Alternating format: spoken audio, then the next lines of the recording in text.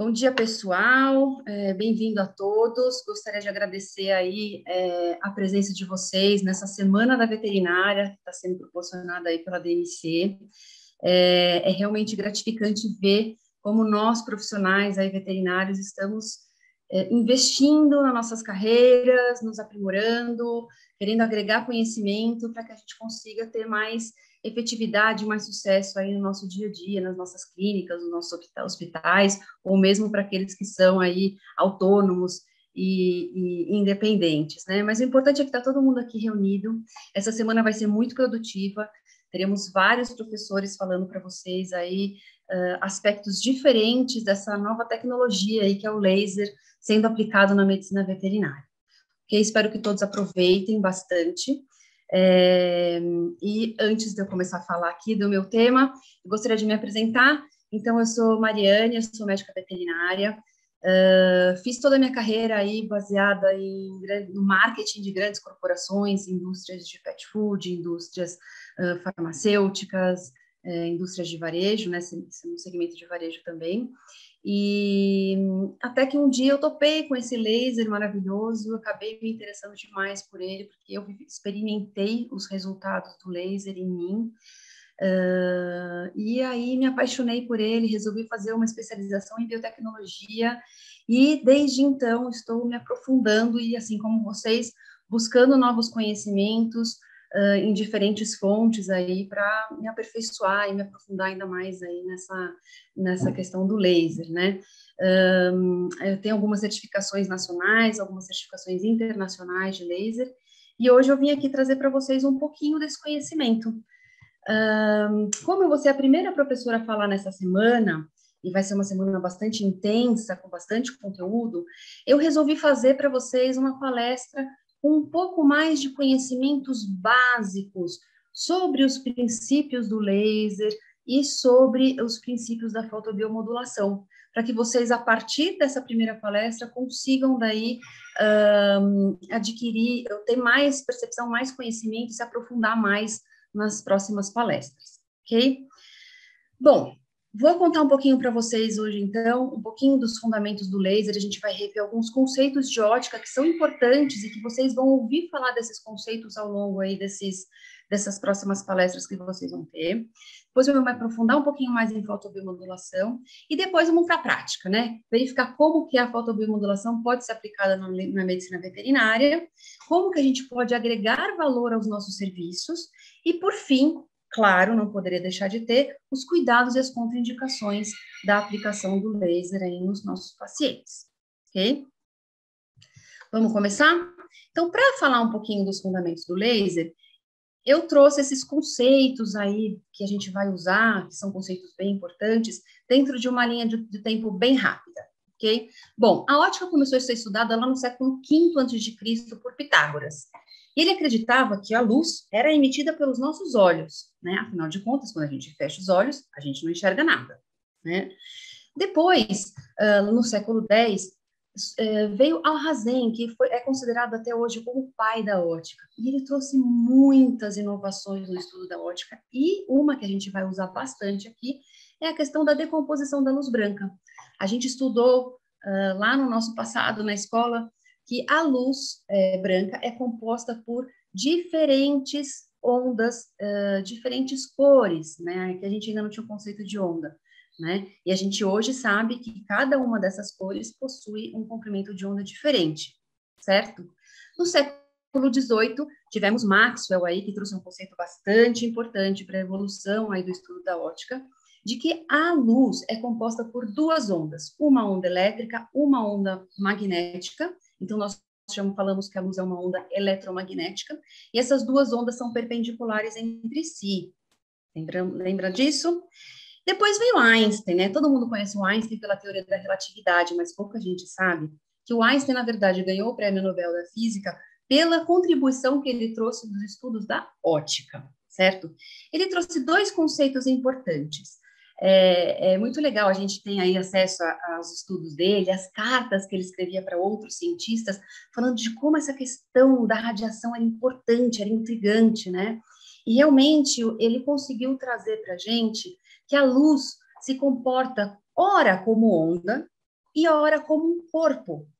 E essa dualidade da ótica foi muito importante para os estudos que começaram a partir daí, certo? Então, para a gente entender, para ficar mais fácil visualizar o que o Einstein estava tentando dizer, esses fótons, que são essas partículas, né, esse corpo que ele fala, esse corpúsculo, entendam ele como se fossem pacotinhos de energia que são entregues pela luz, ok? São pacotes de energia. E daí o Einstein trouxe um segundo conceito de emissão estimulada que eu vou explicar para vocês daqui a um minutinho. Bom, tivemos aí em 52, então, o Basov e o Prokhorov, né, que conseguiram fazer uma amplificação de micro-ondas. E, na verdade, foi o princípio do laser ali, né, foi o primeiro aparelho arcaico ali de laser. Mas Gold, 57, conseguiu patentear o laser. E para quem não sabe, laser é a palavra laser é um acrônimo, que significa Light Amplification by Stimulated Emission of Radiation. O que significa isso? Que o laser é uma amplificação da luz pela estimulação da emissão de radiação, ok? E esse conceito do laser é o segundo conceito do Einstein. Então, vamos lá. A gente conhece o átomo de Bohr, né? Aquele átomo que a gente estudou lá muito em química, né? Também, quando a gente estudava a tabela periódica, a gente sabia que o átomo é composto por um núcleo, que tem prótons e nêutrons, certo? E tem camadas eletrônicas onde os elétrons ficam circulando. E cada elemento químico da tabela periódica tem uma quantidade de prótons, de nêutrons e de elétrons. E isso é o que diferencia cada um dos elementos químicos. Vamos lá, para a prática. O que acontece? Os elétrons eles têm uma carga energética. Quando um elétron é estimulado com mais energia, que pode ser energia, a luz pode ser essa energia que está estimulando esse elétron, o elétron ele fica mais energético e ele sobe na camada eletrônica. E ele fica rodando ali com mais energia por um tempo. Até que esse elétron ele perde energia e desce para a sua camada eletrônica original. Ok? Mas a gente aprendeu também que a energia nunca se perde, ela se transforma. Então, quando o elétron perde essa energia, na verdade, ele perde essa energia em forma de fóton. Ele libera um fóton. Olha que interessante. E esse processo se chama emissão espontânea.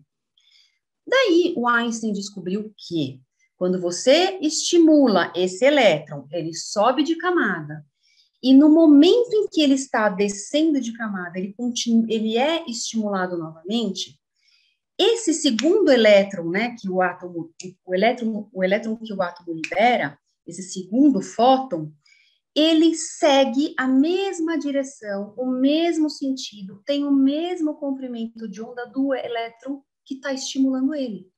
Então, na verdade, a gente tinha um elétron, não, um fóton. A gente tinha um fóton estimulador aqui, né? E o segundo fóton que o elétron libera, ele vai seguir o mesmo caminho desse fóton. E isso se chama emissão estimulada. A gente tinha um, agora nós temos dois fótons, e os dois fótons seguindo iguaizinhos, ok? Então, isso é emissão estimulada. Isso é a amplificação da luz. Por que a gente fala em amplificação? Porque a gente tinha um fóton, agora a gente tem dois. Só que esses dois fótons, eu estou falando do primeiro átomo que ele está sendo estimulado, e de um elétron desse átomo.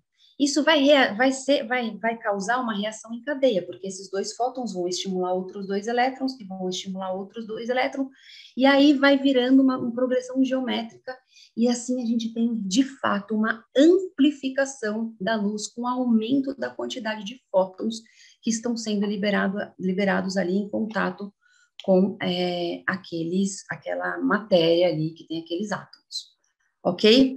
Então, já sabemos o que é o laser. O laser é uma amplificação da luz através da emissão estimulada de fótons causada por essa estimulação inicial, ok?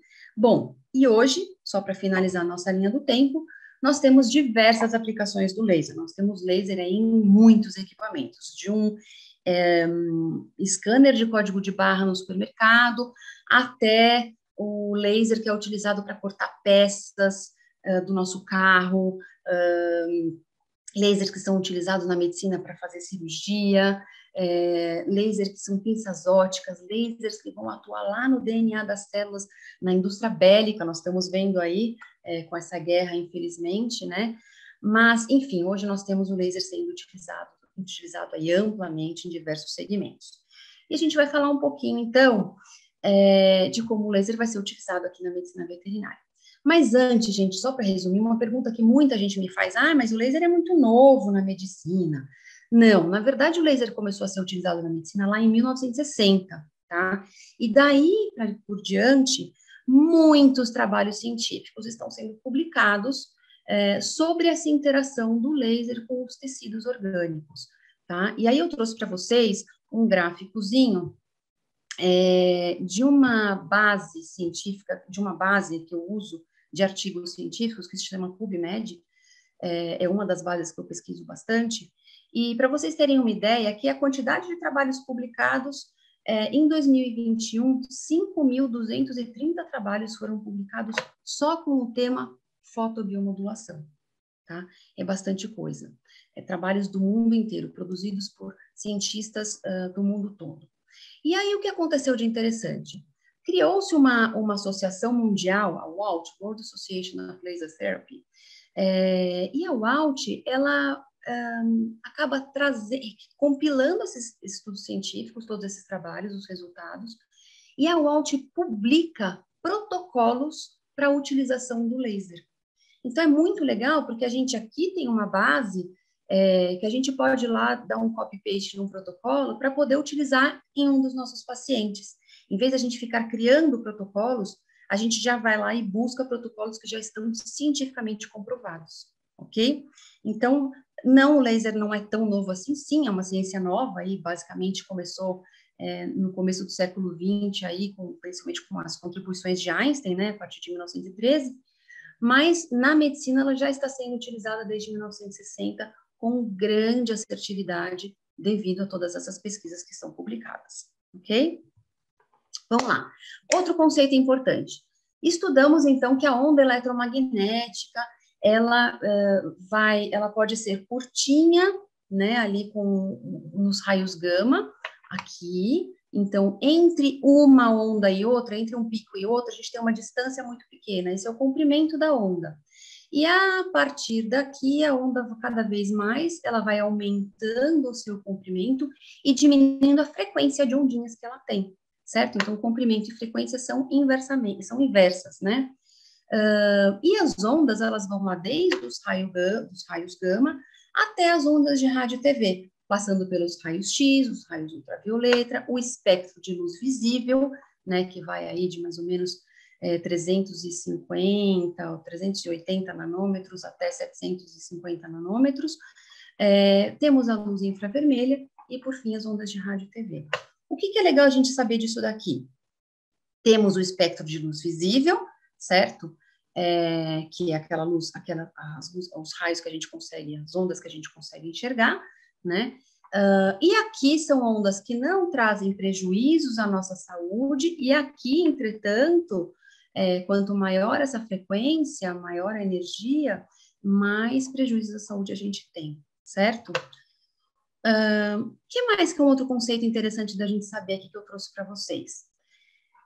Uma característica que muita gente pergunta, puxa, mas o laser não é uma luz? Então, por que o laser traz benefícios para a saúde e a luz branca da nossa casa não traz benefícios à nossa saúde? E aí eu pergunto para vocês, gente, a luz branca, a gente já sabe que ela possui todos esses comprimentos de onda, certo? De todas as cores. Ela ilumina só o chão?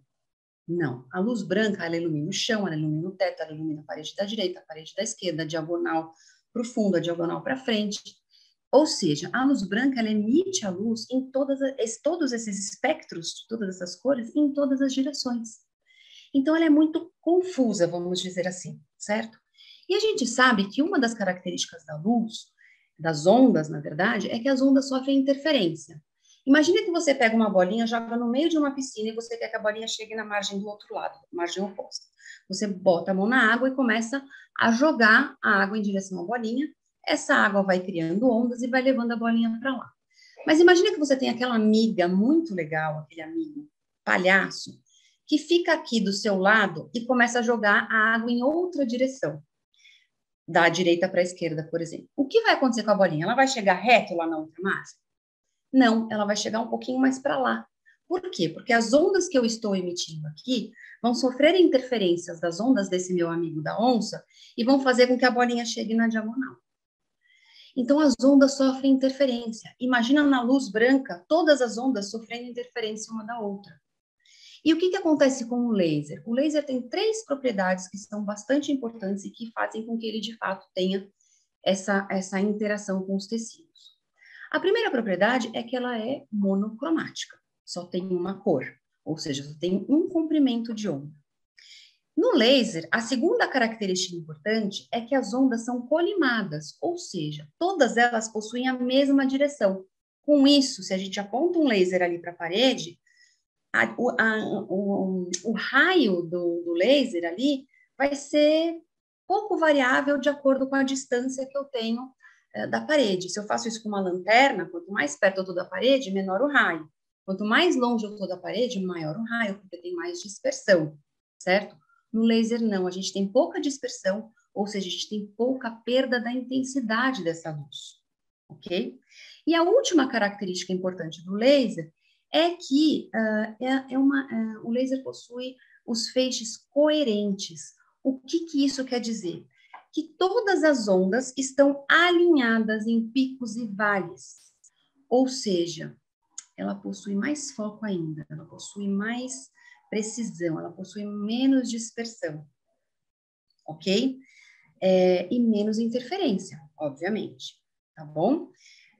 Então, essas 3 características do laser são importantes. A gente vai falar aqui, em algum momento vocês vão ouvir falar de monocromaticidade, de colimação e de coerência do laser, ok? Ou seja, o laser emite trilhões de fótons com um único comprimento de onda, que é ampliado muitas vezes e mandado através de lentes ópticas que agrupa ainda mais essa luz. E essa luz sim é capaz de mudar a estrutura química, ou fazer reações químicas nas células e tecidos que a luz visível não pode fazer, ok? Basicamente, a diferença é essa. Gente, segunda parte. Então, nós sabemos o princípio do laser, da questão da emissão estimulada, nós sabemos que a diferença entre os tipos de luz, né, e por que o laser causa reação no nosso organismo. Agora vamos entender como que o laser é utilizado no nosso organismo para trazer benefícios aí para os nossos pacientes. Então, a gente precisa entender o que é a fotobiomodulação, ou Low Level Laser Therapy, ou Photobiostimulation, ou fotobiomodulação. Então, quando vocês forem procurar mais protocolos ou artigos científicos, é interessante vocês utilizarem todas essas siglas, uma de cada vez, obviamente, né, porque são elas aí que identificam os estudos de fotobiomodulação. Para a gente entender um pouco, então, o que é fotobiomodulação, primeiro, eu preciso explicar para vocês que existem 2 tipos de laser. O laser frio, de baixa intensidade, e o laser quente, de alta intensidade. Qual é a diferença entre eles? Lógico, a intensidade, mas também o laser frio, ele só causa interações fotoquímicas e fotofísicas nas células, tá? Eu nem coloquei aqui fotofísicas, porque as questões de fotofísica são mais de alteração de eixo de moléculas, são muito específicas e a gente não usa aqui no nosso dia a dia. Então, vamos entender que o laser frio causa reações fotoquímicas e que o laser quente causa interações fototérmicas, ok? O que é uma interação fototérmica, né? Essa energia do fóton é absorvida pelas células e se transforma em energia térmica, tá? E essa energia térmica pode ser só um aumento de temperatura transitório, até uma coagulação, uma solda, uma vaporização, um corte ou uma carbonização das células, ok? Então, a gente está falando basicamente dos lasers cirúrgicos aqui, ok? Enquanto que os lasers frios são utilizados para fotobiomodulação e eles são capazes de causar alterações químicas nas células e no tecidos para alívio de dor, para acelerar o processo inflamatório, para promover recuperação celular, enfim. tá bom? Então, o laser que a gente vai falar, que a gente vai mais se concentrar aqui, são os lasers frios.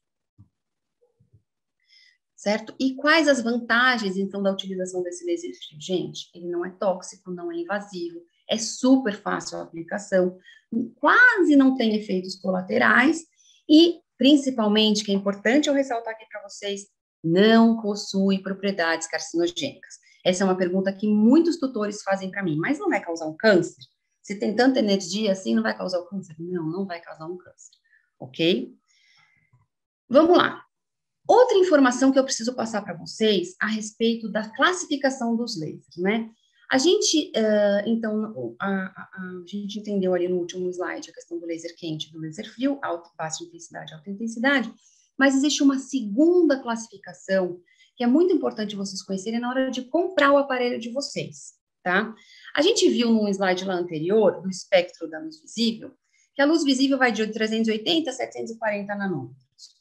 Só que a luz que sensibiliza a nossa retina é um pouquinho maior, tem um range um pouquinho maior do que esse. Ou seja, a luz que sensibiliza a nossa retina vai de 330, do 330 ao 380 a gente não enxerga, mas a nossa retina é sensível, a 1400. Então, do 740 ao 1400, a gente também não enxerga, mas é uma luz que sensibiliza a nossa retina. E isso é importante porque essa luz pode causar danos à nossa retina. E tem equipamentos a laser, a grande maioria deles, que possuem ondas que têm esses comprimentos que fazem mal para a nossa retina, certo? Então, de acordo com o potencial de risco à visão, nós temos uma segunda classificação dos equipamentos a laser, certo? O laser 1 são equipamentos não são agressivos, na verdade, que são os lasers de impressora, daqueles DVDs players antigos que a gente tinha. O laser classe 2 são lasers de scanner de código de barra, que também não trazem problemas para a nossa visão. Se olhados por muito tempo, eles trazem mais risco do que o laser 1. O laser 3A, ele não causa danos aos olhos se olhado momentaneamente. O 3B, sim, que a partir daqui nós estamos falando de equipamentos médicos, eles trazem riscos se olhados diretamente e também trazem riscos se olhados refletidamente, tá? Então, essa é uma questão importante que a gente vai ver lá na última etapa da palestra. A gente ainda tem os lasers classe 4, que são, na grande maioria dos aparelhos, os lasers cirúrgicos, certo? Eles têm mais de 500 miliwatts de potência, e eles são essencialmente danosos, tá? Aqui tá faltando um M, tá, gente? É 500 miliwatts, tá? Mas nós temos também equipamentos terapêuticos classe 4, certo? Eles têm algumas diferenças para não causar os danos térmicos que a gente viu que os lasers quentes trazem, né? Mas sim, nós temos lasers terapêuticos classe 4, ok? Bom, então sabemos agora as classificações dos aparelhos e dos lasers, e agora a gente vai entender um pouquinho de como o laser causa essas reações no nosso organismo. No nosso organismo, nós temos estruturas ou substâncias que são chamados de cromóforos, tá? Que são, na verdade, estruturas e substâncias que podem absorver a energia do fóton e vão transformá-la. Nesse processo de transformação, a gente vai entender que o cromóforo mais importante que a gente tem no corpo é a mitocôndria.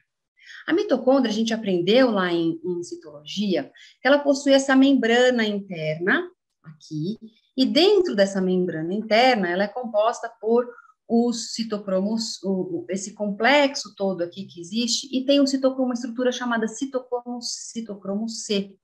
E o citocromo C, em contato com a luz, ele vai reagir ali e vai fazer com que a mitocôndria produza mais ATP, óxido nítrico e ATP, certo? E o ATP, a produção de ATP é a principal função da mitocôndria e a produção de ATP é essencial para a sobrevivência da célula, certo? Lembra que a gente fazia esse comparativo, que a mitocôndria é o pulmão da célula, certo? Que produz energia para a célula?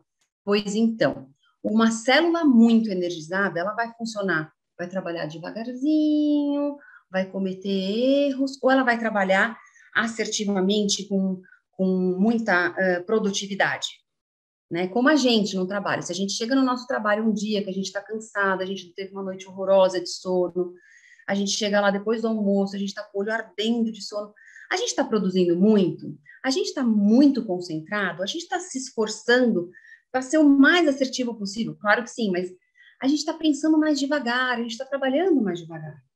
Mas quando a gente chega no trabalho, num dia que a gente está super feliz, aí é um dia que a gente vai, sabe que a gente vai ser anunciada a nossa promoção, que a gente vai ter um aumento de salário, que a gente foi super bem avaliado pelo nosso chefe no dia anterior, e a gente está lá animadíssimo, trabalhando, produzindo, se esforçando e sendo muito assertivo, e quando tem uma coisa que está um pouquinho fora do nosso padrão de qualidade, a gente vai lá e faz de novo. A célula é a mesma coisa, tá? Quando ela está muito energizada, ou seja, quando ela tem muito ATP, ela vai trabalhar muito melhor, certo? Bom, então, basicamente, o que acontece? O laser, a energia que o laser transfere para a mitocôndria, faz com que a atividade metabólica dos tecidos aumente e a gente melhore a homeostasia do corpo como um todo, tá? Quais outros cromóforos que tem no corpo que são importantes? Algumas estruturas celulares, a hemoglobina é muito importante, o citocromo que eu já falei, a melanina da pele é um cromóforo, e algumas substâncias como proteínas e A, ok? Então, basicamente, como o laser atua, é melhorando a atividade metabólica celular. Ok. Mas o laser não tem várias cores? E todas as cores causam o mesmo efeito? Sim, mas a questão das cores é importante, gente, a gente entender, porque cada comprimento de onda, ou seja, cada cor do espectro, possui um comprimento, e esse comprimento está relacionado com a profundidade de penetração do laser no nosso corpo.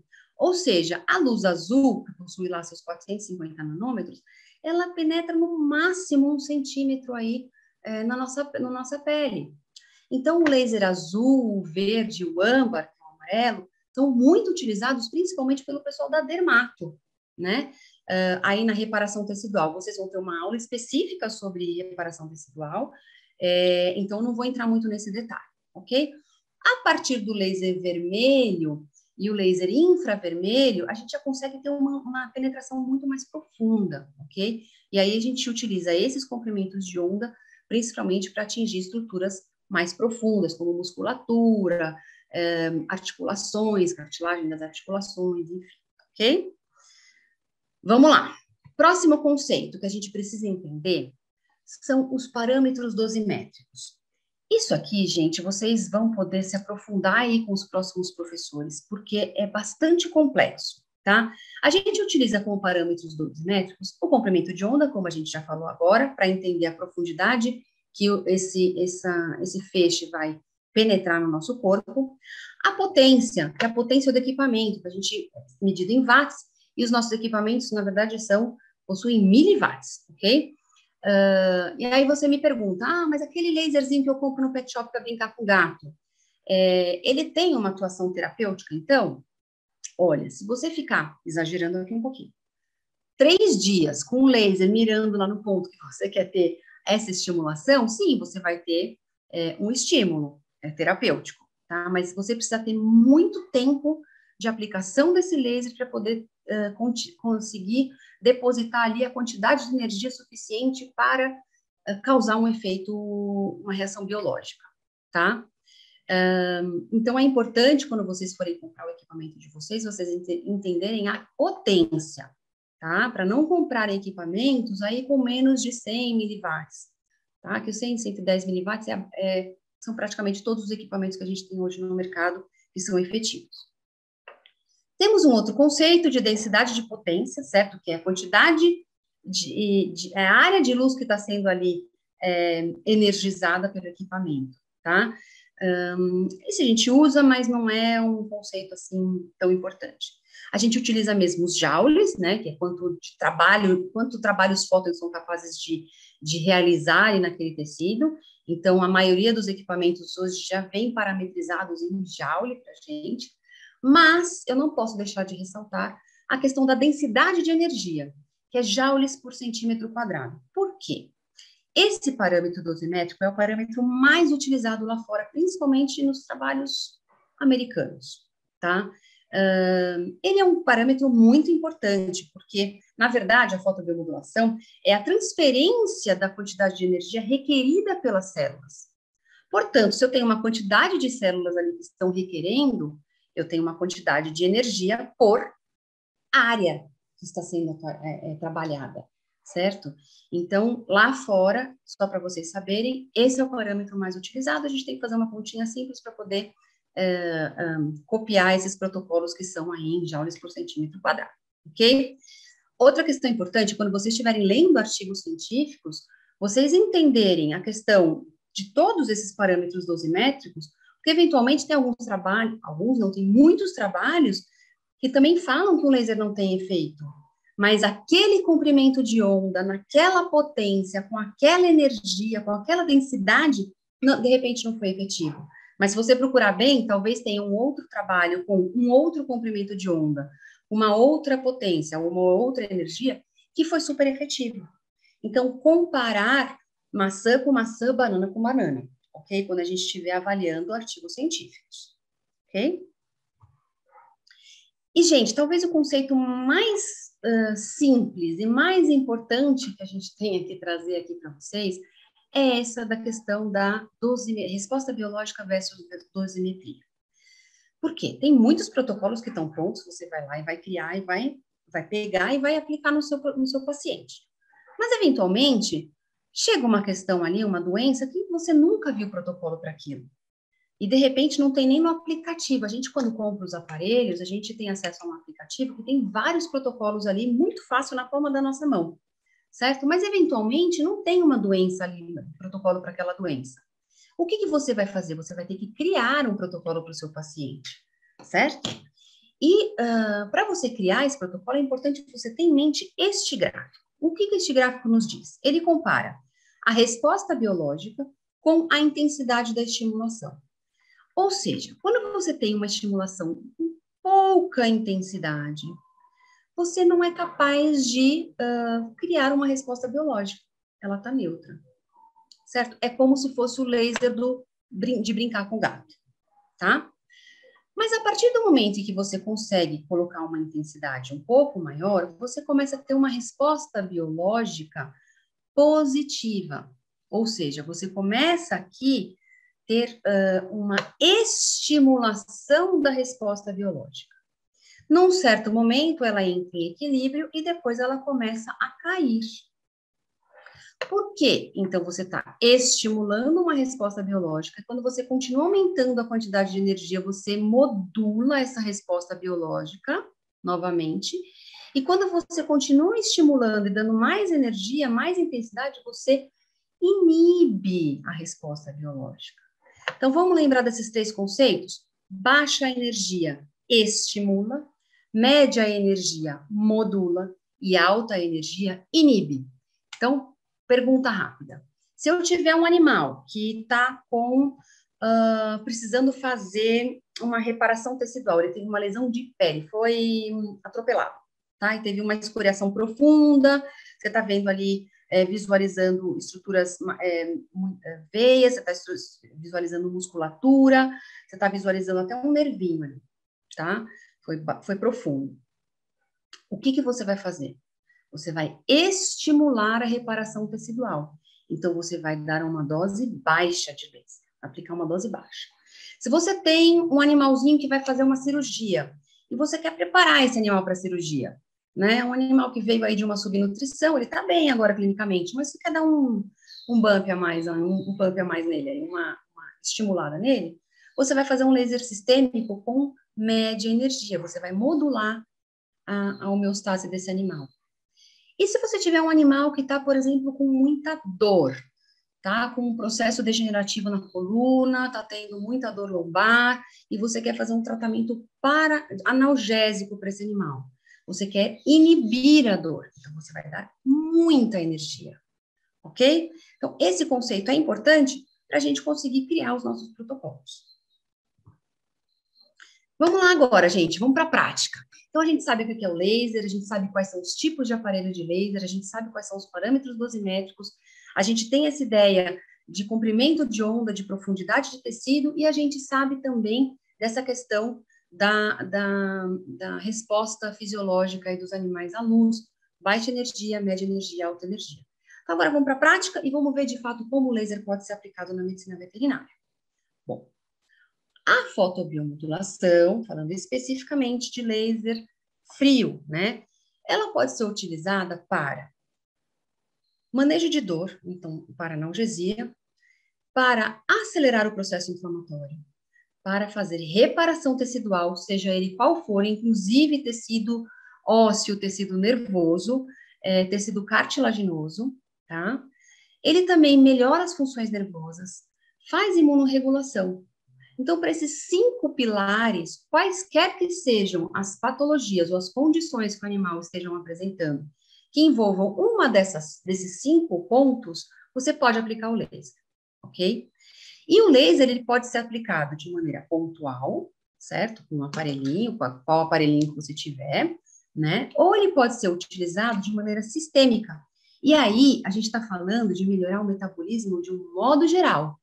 Então, se você tiver um paciente que precisa melhorar o metabolismo, você vai também fazer o laser sistêmico. E o laser também pode ser aplicado não só no local da lesão ou nos pontos de gatilho e nas estruturas suporte dessa área que você quer tratar, mas também pode ser utilizado como acupuntura. E isso é muito legal, gente. Outro dia eu estava numa clínica e tinha um gatinho fazendo acupuntura. E aí o gatinho mexia, e aí o gatinho lambia, e aí o gatinho queria sair do colo, e as agulhinhas mexendo, e a agulhinha tirando, e a gente tendo que conter o animal, e brincando com o animal, e fazendo carinho, e dando petisco para o animal ficar quietinho, e a acupunturista conseguir deixar ali a agulha o tempo necessário para causar o efeito desejado, né? Com o laser é muito mais fácil, você vai nos pontos de acupuntura, aplica o laser, apitou, você tira, vai para o próximo ponto, apitou, você tira e assim por diante, certo? É muito legal. Então, só fazendo um aprofundamento um pouquinho aqui nessas questões, a gente falou um pouco que o laser ele causa aquelas reações fotoquímicas, né? Mas quais são essas reações? Eu nomeei aqui, trouxe alguns exemplos aqui, bem rápidos, mas talvez sejam uns exemplos aí mais importantes de alterações químicas que o laser é capaz de fazer para produzir esse efeito que a gente está falando aqui de analgesia, de inflamação, reparação tecidual, etc. Tá? Então, quando a gente fala de analgesia, a gente tem estimulação da produção de beta-endorfina, hormônio hipofisário, lembra? Acetilcoenzima A. Acetil-CoA é o neurotransmissor que a gente... É um neurotransmissor colinérgico que a gente tem em maior quantidade no corpo, certo? E a acetilcoenzima A, ela, por sua vez, atua de forma direta e indireta na analgesia. Ela é capaz de... vou me antecipar aqui e falar um pouquinho de função nervosa, tá? Mas a acetil-CoA, quando você tem uma lesão qualquer de membrana, o potencial de repouso do neurônio, lembra disso? Sai de menos 70 miliwatts e vai para menos 35. A acetilcoenzima ela é capaz de atuar aí nos canais iônicos e atuando aí diretamente na despolarização das fibras, vamos dizer que é uma fibra C aí, né, aferente da principal aí que a gente vê os trabalhos científicos, né? E você normatiza esses canais iônicos e você volta ao potencial de repouso, ou seja, você inibe a dor, literalmente, tá bom? Normatizando, sai de menos 70 miliwatts, vai para menos 35 quando você está com dor, e a acetil-CoA ela é capaz de voltar esse potencial, né, essa vantagem aí da membrana, né, do neurônio, para menos 70 novamente, ok? Você também tem aumento do óxido nítrico, vocês vão ouvir falar bastante aí do óxido nítrico ao longo dessa semana. Você tem diminuição da bradiquinina e normatização desses canais iônicos, ok? Então, para cada um desses elementos que eu estou citando para vocês, existem inúmeros trabalhos científicos comprovando esse aumento, essa diminuição dessa substância, ok? Na inflamação, super legal, o laser ele traz o aumento da serotonina, o aumento do óxido nítrico também, o aumento das prostaglandinas anti-inflamatórias, e você diminui ao mesmo tempo as prostaglandinas pró-inflamatórias, né? Diminui histamina e diminui interleucina, tem várias interleucinas no nosso corpo, Mas a interleucina, ela está geralmente também está ligada à questão da hipertermia, certo? Então, mais um monte de alterações aí para vocês saberem de nome e entenderem que realmente, de fato, é funcional. Na reparação tecidual, não vou entrar em detalhes, você tem basicamente aí aumento de fibroblastos e colágeno, a professora vai falar, deve entrar bastante nesse assunto, mas só para exemplificar aqui, quando você tem uma lesão de pele, por exemplo, você tem uma série de infiltrações celulares ali, né? Então, primeiro você tem a questão para o estancamento do sangue, né? E logo depois você tem infiltração de células de defesa, então macrófagos, linfócitos, enfim, para atuar ali já na defesa daquela região ali que está lesionada, né? E os fibroblastos, eles vão utilizando esse caminho que os macrófagos, essas células de defesa percorrem, né? Os fibroblastos vão aproveitando essas teias formadas pelas células de defesa, vão se depositando ali e vão produzindo as proteínas que vão formar o colágeno lá, elas vão amadurecer e formar o colágeno, certo? Então, com isso, você tem ao mesmo tempo, quando você estimula ali o laser na reparação tecidual, você estimula a célula, e a célula, dentre outras funções que ela vai fazer com mais energia, com mais vontade, é a divisão celular, né? Então, você está estimulando ali a mitose. E com isso, você volta a ter mais tecido funcional, menos tecido fibrótico, mais, então, elasticidade desse tecido e uma melhor funcionalidade dele, certo?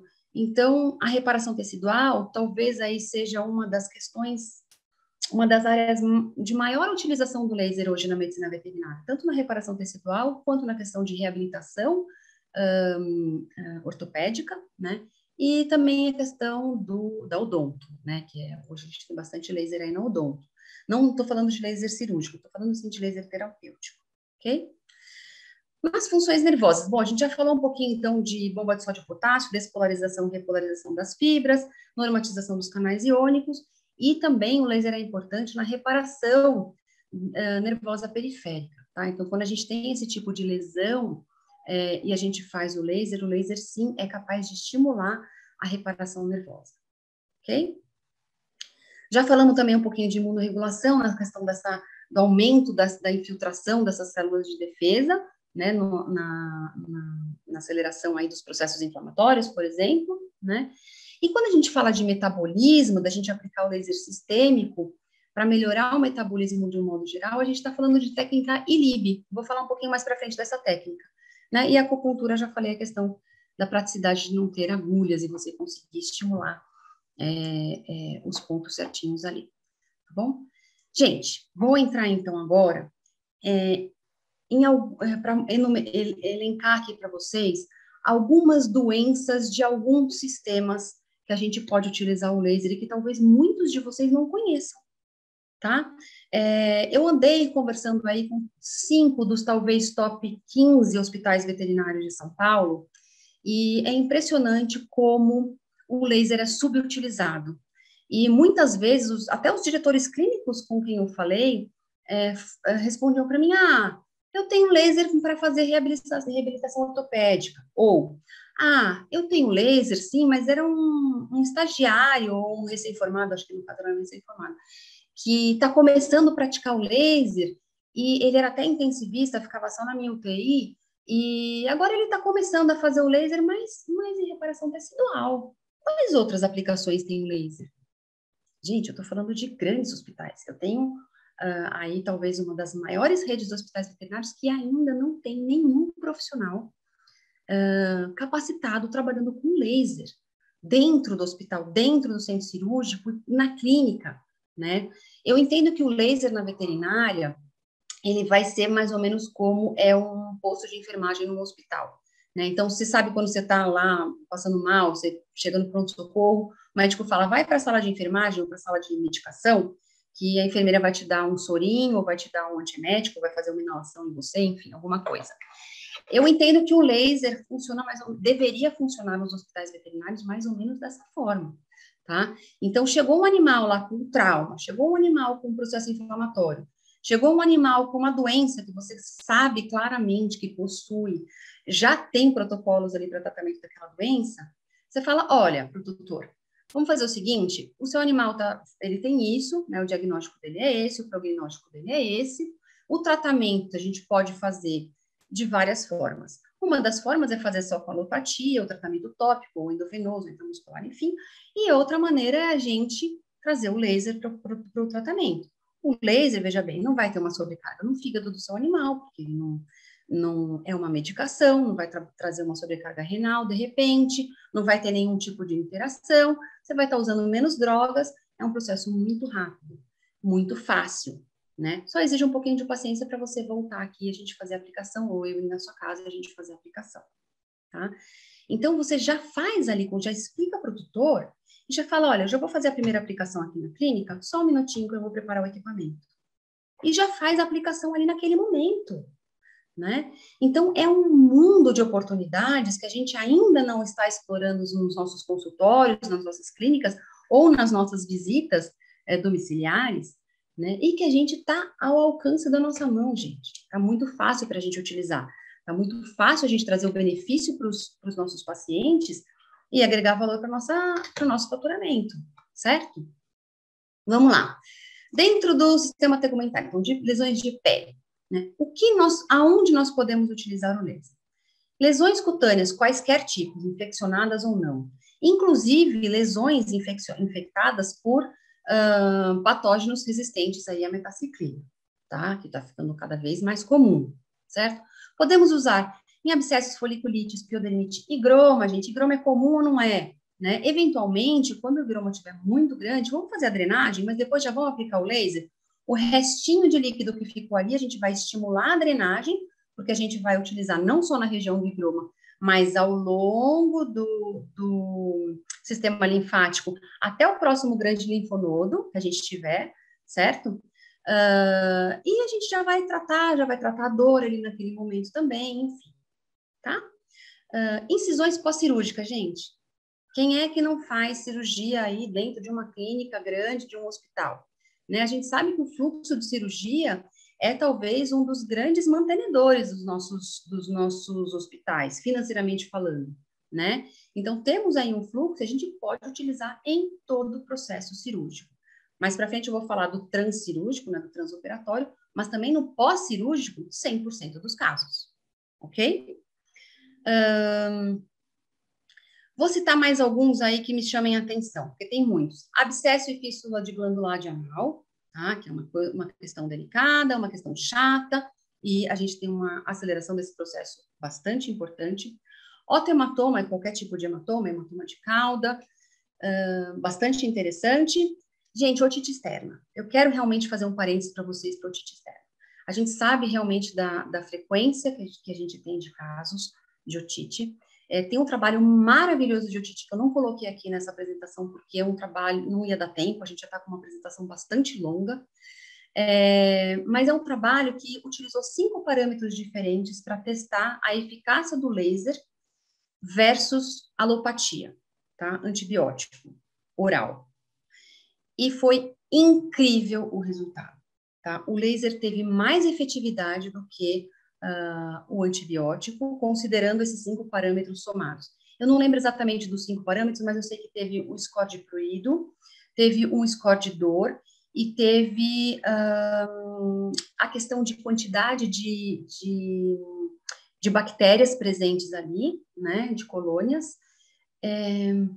Eu não vou lembrar agora dos outros 2 parâmetros, mas sim, podemos utilizar o laser para otite externa. Otite externa é muito legal você utilizar o laser. Tem um trabalho maravilhoso que eu não coloquei aqui, porque a nossa apresentação já está muito extensa e não ia dar tempo realmente de falar. Mas é um trabalho que compara o tratamento de otite com antibiótico e só com laser. Tá? E se eu não me engano, tem dois comprimentos de ondas diferentes ali, ou 2 potências diferentes, eu não lembro muito bem do trabalho. Mas é um trabalho super legal. Eles possuem esses 5 parâmetros diferentes. Então, tem uma escala de prurido, tem uma escala de dor, tem uma escala de quantidade de bactérias presentes ali no tecido, né? Então, uma questão quantitativa de cultura. E os outros dois parâmetros eu não vou me lembrar, tá? Mas é um estudo super legal que mostra que o laser é mais efetivo do que o tratamento alopático algumas vezes. Eu trouxe um outro trabalho aqui para frente, que não é de otite, mas mostrando isso também, tá? E aí, eu vou trazer para vocês um discurso de uma amiga minha, veterinária, que é a veterinária dos meus animais. Ela falou, gente, mas quando a gente está falando aí de laser e de alopatia, a gente coloca o laser, é super legal o laser como um tratamento optativo, né? Um tratamento suporte. Não, gente, o laser muitas vezes não é um tratamento de suporte. Ele muitas vezes pode se tornar o principal tratamento, né? E você deixar de usar remédio nos animais, medicações. Gente, eu sou super a favor da alopatia, tá? Super. Eu sou super a favor do uso de qualquer tipo de tecnologia. Tá? E o laser tá aí para isso. Ele pode sim substituir muitos tratamentos alopáticos e homeopáticos. Ok? Bom, vamos acelerar um pouquinho. Pododermatite, acneferina, sarna demodécica, tem protocolo para sarna demodécica. Edemas de um modo geral, tá? Então, para todas essas doenças, essas condições que eu coloquei aqui, existem protocolos na medicina veterinária, certo? Gente, eu tô falando de tecido de pele, eu não posso deixar de falar para vocês de uma técnica que se chama PDT, que é terapia fotodinâmica em inglês, né? Photodynamic Therapy. O que é essa técnica PDT? Você utiliza o laser vermelho em associação com um produto que seja um fotossensibilizador. O que é um produto fotossensibilizador? É um produto que é capaz de absorver a energia do laser e transferir essa energia para outras moléculas ou para outras células, tá? Esse fotossensibilizador, geralmente, aqui no Brasil, a gente utiliza muito o azul de metileno, que é uma seringuinha que você compra na mesma empresa que você compra o seu equipamento de laser, tá? Existem inúmeros outros fotossensibilizadores, um outro que é muito utilizado também é o ALA, né, o ácido aminolevulínico, porfirina, clorina, enfim, tem muitos outros, mas a gente basicamente utiliza o azul de metileno, tá? Então, esses fotossensibilizadores, eles podem ser utilizados tópico, como esse, ele pode ser utilizado endovenoso, dependendo do caso, do tipo de fotossensibilizador, pode ser via oral, enfim. Existem fotossensibilizadores que estão sendo utilizados até para marcação genética no tratamento oncológico com laser. São pesquisas novas aí que estão saindo, estou acompanhando até um grupo que está fazendo esse tipo de pesquisa, porque, tirando o manejo de dor, a questão da oncologia muito me apetece, sabe? Brilha meus olhos. Então, estou acompanhando alguns estudos aí ao redor do mundo nesse sentido, tá? E só lembrando, gente, o azul de metileno é tóxico para gatos, dependendo da concentração. Então, quando você for utilizar para gato, você tem que mandar manipular ou comprar, dependendo do local, já vende numa concentração menor que não seja tóxica para os felinos, ok?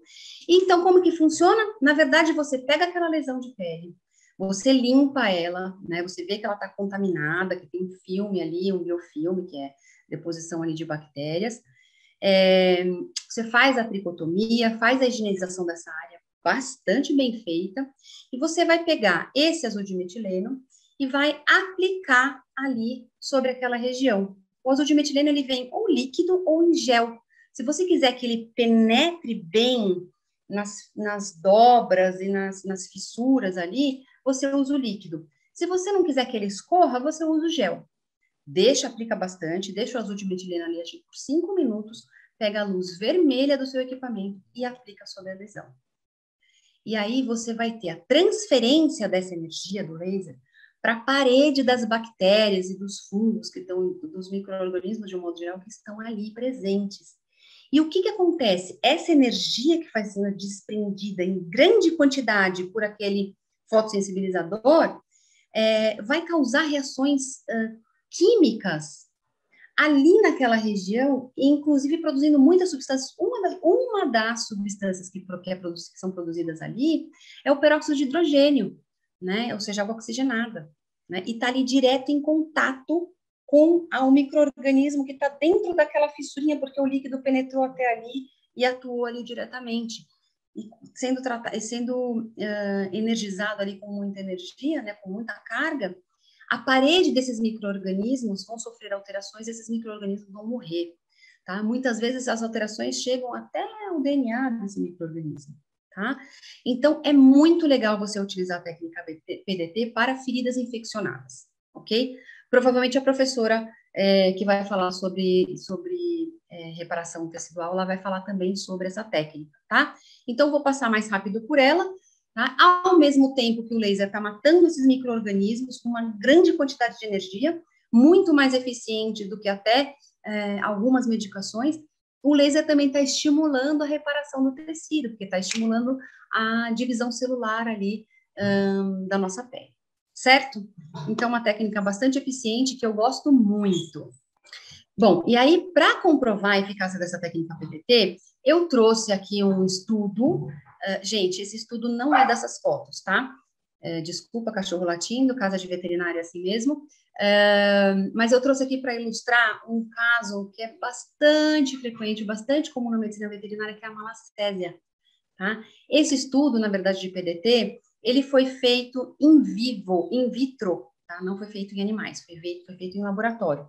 Mas ele comprovou a eficácia da terapia fotodinâmica no tratamento de malacésia. E ele é muito legal porque ele comparou a eficácia da luz azul contra a luz vermelha.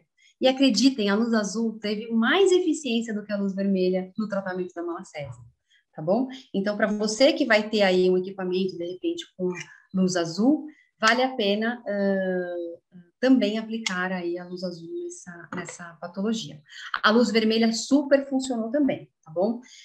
Então, aqui a gente tem que o efeito fungicida e fungiostático aconteceu com ambos os espectros, tanto com o vermelho quanto o azul, tá? Mas a eficácia maior foi utilizando o azul.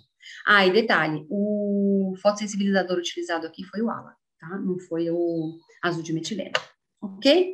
Mas o princípio é o mesmo, gente. Vamos para o próximo sistema respiratório. Podemos tratar rinite, asma, sinusite, laringite, colapso de traqueia, gente, pneumonias diversas, traqueobronquite infecciosa, tá? Podemos sim tratar com laser. Eu trouxe aqui também um trabalho, esse trabalho até foi feito por uma equipe aí que eu conheço aí algumas pessoas, já fiz alguns cursos com algumas dessas pessoas, são pessoas hipercapacitadas, pós-doutora aí, inclusive, e um abraço, Dri, um beijinho para você. E, na verdade, esse trabalho foi interessante, porque lembra que eu falei que o laser pode ser aplicado tópico, o laser pode ser aplicado sistêmico, ou o laser pode ser aplicado por acupuntura. Esse trabalho foi feito através de laser sistêmico, tá? Ou seja, através da técnica ILIB, tá bom? E tratamos asma dos ratinhos no laboratório, ok? Quem quiser ter acesso aí ao artigo, depois eu coloco aqui no final toda a bibliografia, ok? Gente, sistema músculo-esquelético, amplamente utilizado, a gente tem aí sim muitos hospitais que já têm uma equipe designada para fazer reabilitação dos animais, tá? Então, vamos passar rapidamente aqui pelas condições que podem ser tratadas com laser.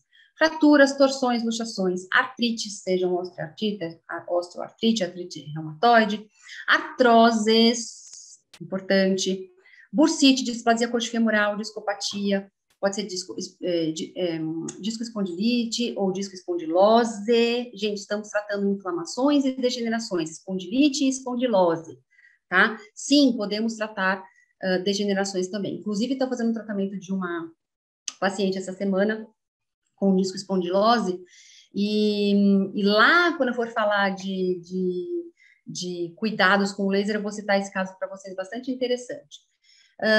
Miosites, miopatias, osteomielite, gente, dá para tratar osteomielite, é uma doença super séria, né? Enfim, e reabilitação de um modo geral. Trouxe aqui não um estudo científico, mas um caso clínico de uma das palestras, de um dos cursos que eu fiz lá nos Estados Unidos, né? É um caso de um equino que teve uma fratura no metacarpo, aqui a gente consegue ver a fratura nessa imagem radiográfica, e foi feito um protocolo de tratamento nesse animal, e aqui é o achado radiográfico depois de 28 dias, ok? O que é interessante nesse caso? 2 pontos que eu vou trazer para vocês. O primeiro ponto é que sempre devemos começar o tratamento com uma dose mais agressiva, tá? Sempre mais agressivo, começa no mais agressivo, começa no mais agressivo, começa no mais agressivo. Lembrem-se disso.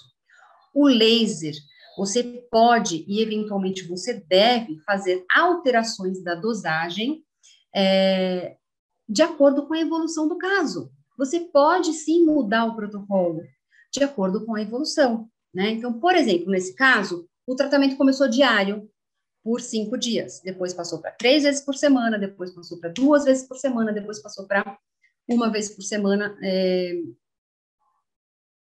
1 vez por semana, tá? Então, esse ajuste é normal em tratamentos com laser e é importante você mostrar para o tutor que sim, que você pode e provavelmente vai fazer alterações de dosagem, ok? Segundo ponto importante que eu gosto de trazer com este estudo é a velocidade com que o laser faz esse tipo de tratamento, tá? Eu coloquei até entre aspas exatamente o que o professor falou quando ele estava citando esse caso.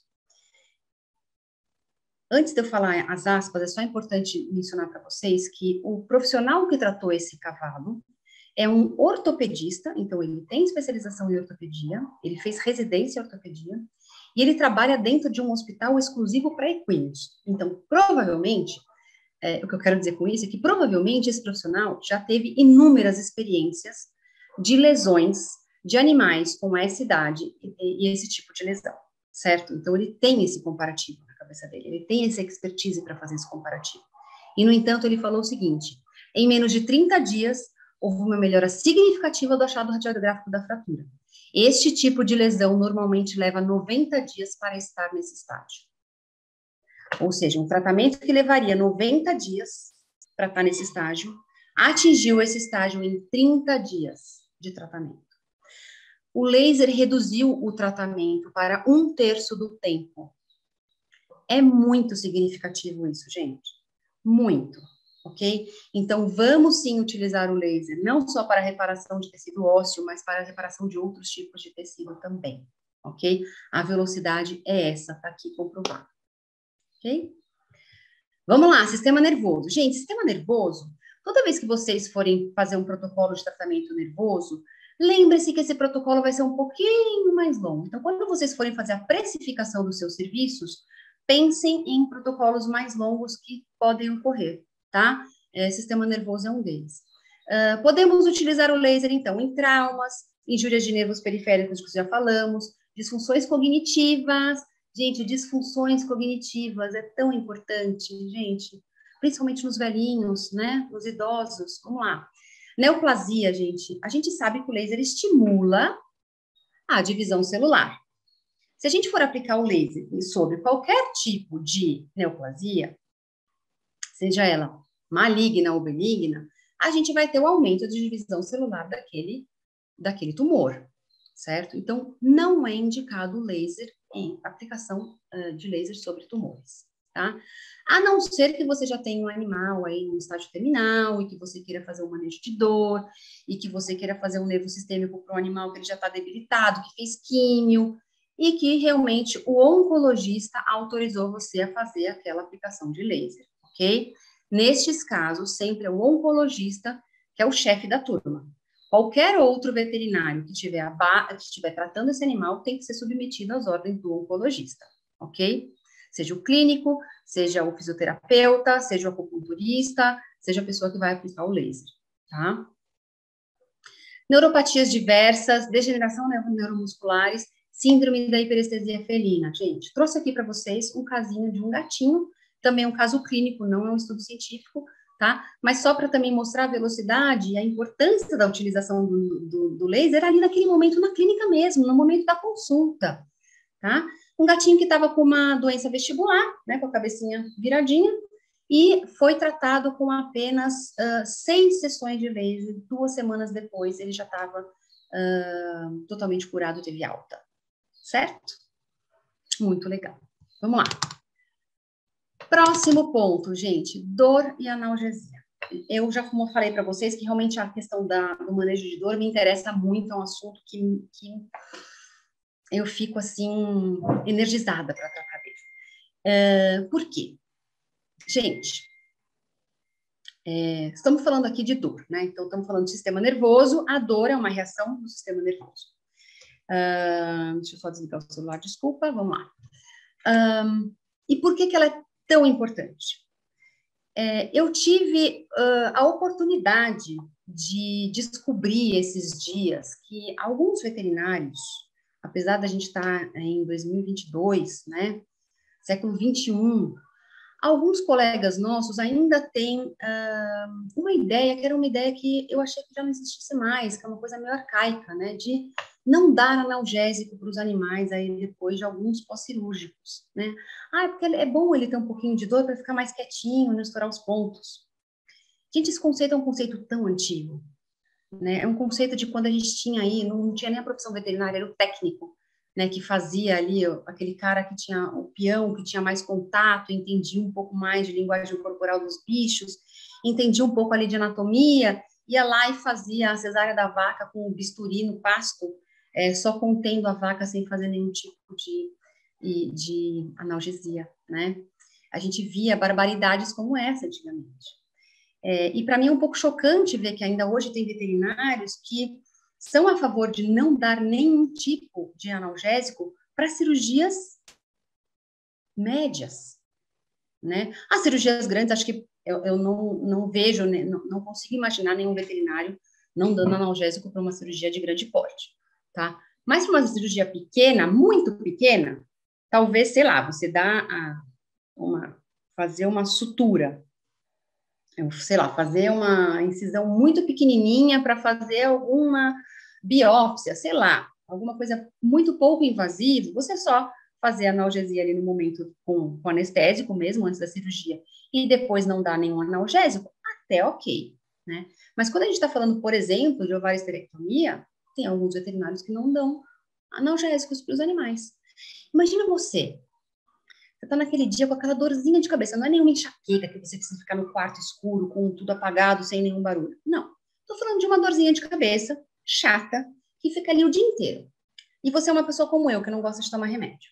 E aí, você toma remédio só em casos que você acha que precisa, né? Tá com aquela dorzinha de cabeça, tique, tique, tique, tique, tique, tique, tique, ali. Chega uma hora, no final do dia, você fala, me dá logo um analgésicozinho aqui, porque eu não aguento mais essa dor de cabeça. Tá me enchendo, não quero mais essa dor, né? Os nossos pacientes são a mesma coisa. Por mais que a dor seja pequenininha e esteja ali incomodando um pouquinho, você passa o dia inteiro com essa dor e tudo bem, você está aguentando ela, mas chega um momento que você não aguenta mais. Então, por que não dar analgésico para os animais? Ok? Vamos pensar um pouquinho a respeito disso. Eu coloquei aqui também uma foto que não condiz com o artigo que eu estou trazendo para vocês, tá? Aqui é uma OSH de um gato e aqui é um trabalho que foi feito com cachorros, tá? Com cadelas, né? Foram cadelas tratadas com meloxicam. Algumas cadelas, o grupo de cadelas foi dividido em dois. Então, parte do grupo foi tratado com meloxicam e parte do grupo foi tratada com laser através de acupuntura, tá? E como é que foi analisado esse trabalho? Foi feita a análise da dor com uma escala que se chama escala de Glasgow, tá? É uma escala bem científica que a gente avalia o nível de dor. Quanto maior a escala, maior a dor. Maior o número da escala, maior o nível de dor, tá? E aqui a gente mediu o nível de dor de hora em hora após a cirurgia e o tratamento, tá? Então, antes da cirurgia, no T-24, todas as cadelas estavam com nível aí 1 de dor na escala Glasgow, tá? Então, praticamente sem dor aqui. Logo depois da cirurgia e depois do tratamento, no T0, foi feita a medição. O grupo meloxicam e o grupo laser estão praticamente iguais, mas tem talvez uma cadelinha aqui que já estava com um pouquinho mais de dor aí no momento, mesmo no momento do T0, tá? 1 hora depois da cirurgia, o grupo cinza, que é o grupo de laser puntura, estava concentrado aqui até o nível 2,5. Vamos arredondar de 1 até 2,5, até 2 aqui com dor, certo? Mas tinha uma cadela ainda que estava sem dor e uma outra cadelinha que já estava com uma dorzinha 2,5, tá? Porém, nesse mesmo momento, todas as cadelas do grupo tratado com meloxicam estavam com dor acima da média do grupo controle. Com dor a partir de, você boazinha arredondar para baixo, 1,5 aí, tá? Na segunda hora após o procedimento, eu meio que mantive o meu nível de dor no grupo de laser, tá? Entre o T1 e o T2, o mesmo nível de dor, tá? A média caiu um pouquinho aqui. Mas, porém, contudo, todavia, entretanto, no grupo tratado com meloxicam, temos algumas cadelas com menos dor do que estavam, mas temos cadelas, 2 cadelas, que estavam com dor tão forte que tiveram que tomar derivado de morfina, tá? Porque a dor já tinha chegado aqui a um nível não aceitável. A gente não pode deixar a bichinha sentindo tanta dor assim, ok? Quarta hora após o tratamento, tivemos uma pequena redução de dor aqui no grupo do laser, né? Mas vamos dizer que está praticamente igual. No grupo meloxicam, a gente também teve uma pequena redução, mas podemos dizer aí que também... não, aqui a gente pode dizer que teve uma redução da hora 2 para a hora 4, tá? Porque aqui foi significativo. Mas ainda tivemos uma cadela aqui que teve que ser submetida aí a um derivado de morfina. Ok? Gente, aqui começa a ficar bem interessante, bem mais interessante. Na sexta hora após o tratamento, a gente tem praticamente todo o grupo tratado com laser no mesmo nível de dor de antes da cirurgia. Temos aqui uma participante aqui do experimento que ainda está com um nível de dor maior, mas praticamente todo o grupo está sem dor. E nesse mesmo momento, praticamente todo o grupo tratado com meloxicam está com dor acima disso, ok? E esse padrão se mantém até a 12ª hora, onde aqui, sim, temos todo o grupo do laser com o mesmo nível de dor de antes da cirurgia e todo o grupo tratado com meloxicam com laser com dor acima desse nível do grupo de laser, ok? Gente, funciona ou não funciona? Aqui foi tratado por acupuntura. Funciona ou não funciona? Certo? Eu não sou acupunturista, não tenho essa especialização, mas gosto muito da técnica e estou aqui provando para vocês cientificamente que tem efetividade, tá? Então, para que mandar um animal para casa sem nenhum tipo de analgesia? Para não estourar o ponto? Gente, vamos fazer o ponto direito, né? Pode ser uma área muito friável ali, beleza, tudo bem. Mas vamos fazer analgesia local, pelo menos. Ok? Podemos fazer, temos a ferramenta, vamos fazer. Mudando de sistema digestório, gente.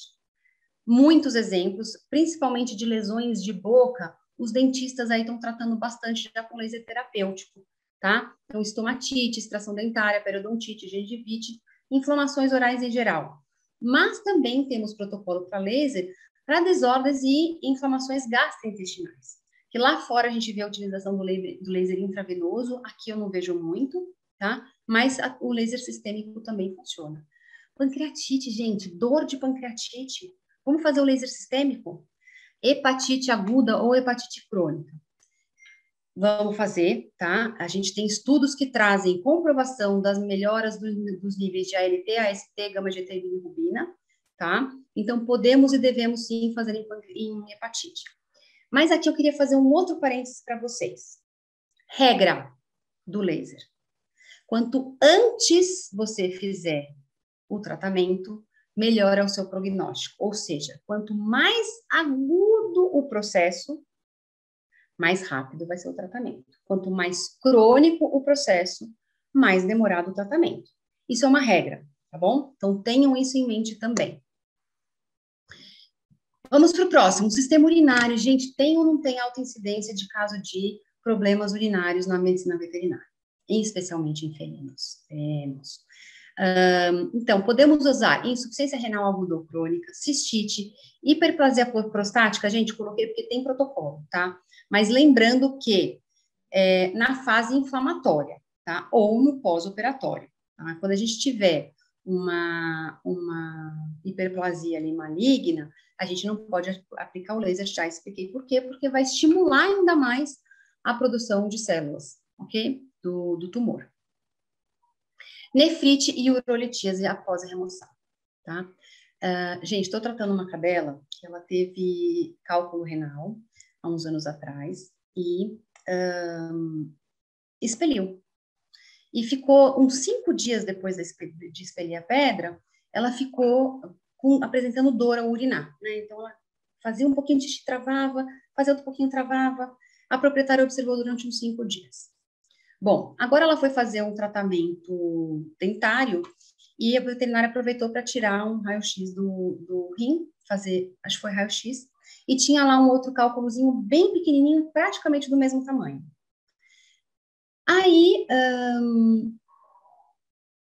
a proprietária, depois da extração do dente, começou a observar que a cachorra, depois de não sei quantos dias, uma semana e meia depois, começou a observar que a cachorra estava com o mesmo problema, contraindo ali na hora de urinar, né, tendo dor. Levou na veterinária, fez o raio-x, espelho da pedra de novo, mas aí a veterinária me ligou e falou, vem fazer um laser, né? Para não ficar 5 dias sofrendo de novo, ou 3 dias que fosse, se a pedra fosse um pouquinho menor e tivesse ali lesionado a uretra, no dia seguinte a bichinha já estava urinando normalmente, tá bom? Ainda mais porque quando a gente fala de mucosa, né, mucosa uretral ali, o meu irmão que é dentista, ele falava sempre para mim, gente, mucosa é que nem grama, cortou, nasceu, né? Então, eventualmente ali no xixi, como é uma mucosa que tem na uretra, né, tem uma necessidade muito grande, demora um pouco mais, porque fica ali a lesão o tempo todo sendo estimulada a lesão novamente, né?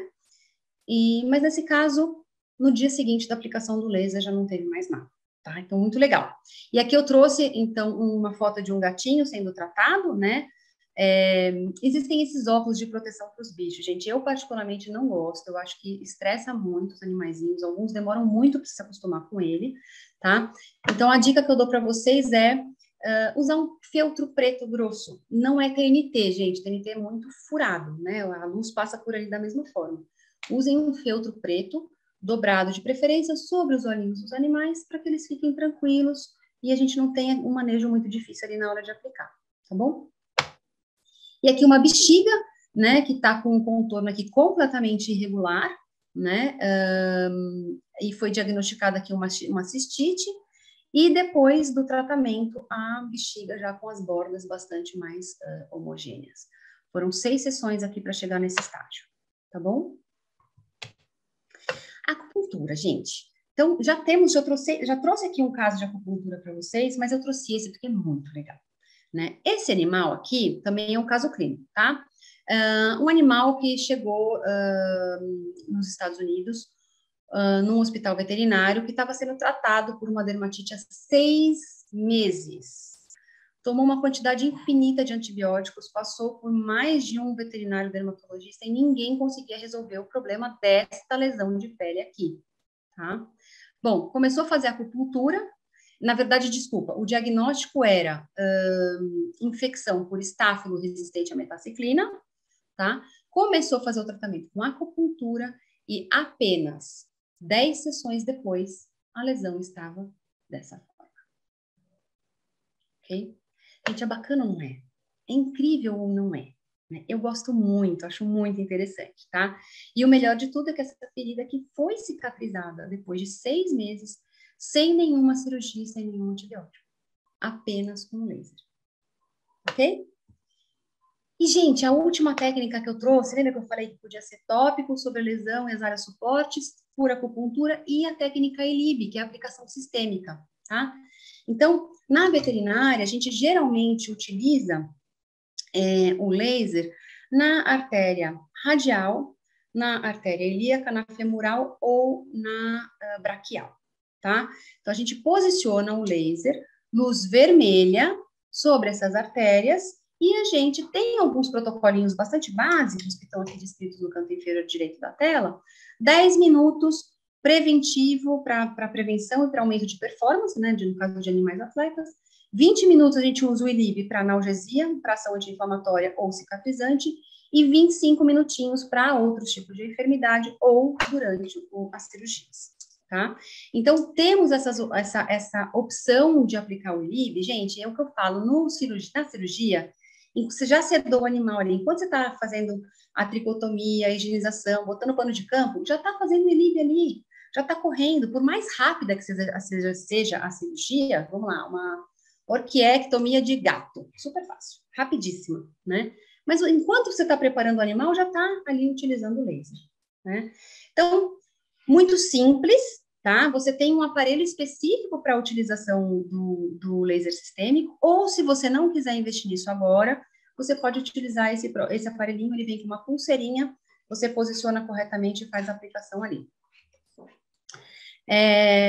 Trouxe um estudo, um caso aqui de trouxe um estudo científico para vocês sobre fotobiomodulação sistêmica no caso de tratamento de doença pulmonar aguda provocada em ratinhos, tá?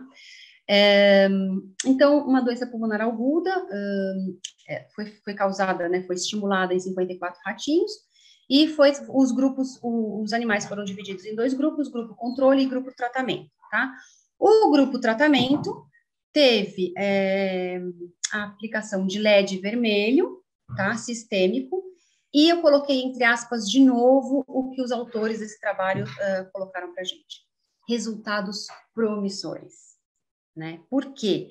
Esse trabalho foi legal porque eles fizeram até uma lavagem broncoalveolar para verificar a citologia ali, né? E teve uma redução significativa do número de neutrófilos, então uma melhora importantíssima ali no local. Teve redução de várias interleucinas no pulmão, né? Então, comprovando com isso os efeitos benéficos do laser aí no tratamento, por exemplo, de uma pneumonia, laser sistêmico, ok? Outras aplicações que a gente tem na veterinária, gente. Mastite em vacas é super legal, em cadelas ou em gatas também, mas eu tenho trabalhos científicos de mastite em vaca. Então, quer dizer, em vez de você deixar lá a vaca afastada, tirando o leite, desprezando o leite dela e diminuindo a sua produtividade, aí, sua produção, você consegue um tratamento com laser com resultado mais rápido e não dando antibióticos para a vaca, né? E com isso você acelera e melhora a sua produtividade. Parvovirose e silvestres, tá? Então, eu coloquei aqui algumas fotinhas de silvestres, então uma cacatua aqui com um arrancamento de penas, a gente não sabe qual é o motivo, né? Mas aqui você vê até a parte distal da asa, a parte das costas dela, as pernas bastante expostas aqui, quase sem pena, né? No meio do tratamento, já uma penugem branca aqui nascendo, e aí, mais para o final do tratamento, já as penas bastante mais desenvolvidas, tá? Tartaruguinha com patinha torcida, um tigre com um unigroma no cotovelo, bastante legal esse caso, e porquinho da Índia com pododermatite, tanto na pata traseira quanto na pata dianteira, tá? Então, sim, podemos utilizar o laser, gente. Por que que a gente pode e deve utilizar um laser sem medo? Porque ele vai agregar valor aos nossos serviços. Trouxe aqui para vocês uma série de benefícios. Não é invasivo, não tem dor, tem eficácia cientificamente comprovada, reduz o uso de drogas, restabelece as funções fisiológicas muito mais rápido. A gente viu ali na fratura do cavalo, né? 1/3 do tempo. É de super fácil aplicação, não é tóxico, tem poucos efeitos adversos e é muito eficaz em efeitos não responsivos, tá? Em algumas patologias não responsivas.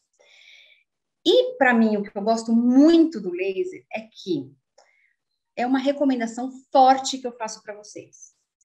Todas as vezes que vocês forem aplicar o laser, criem uma metodologia comparativa para a evolução do caso. Porque com isso, por mais que você explique para o proprietário, que você tenha bastante propriedade ao falar que o laser é cientificamente comprovado, as atuações dele, alguns proprietários não têm são mais resistentes para absorver esses conceitos, ou não conseguem entender esses conceitos, ou, enfim, você tem dificuldade para fazer o tutor acreditar nisso, e você tem dificuldade de comprovar para o tutor que que o animal está evoluindo, né? Então, crie uma metodologia, qualquer metodologia, para mostrar para o tutor a evolução do quadro e para que você consiga também fazer o seu controle de ajuste de dose.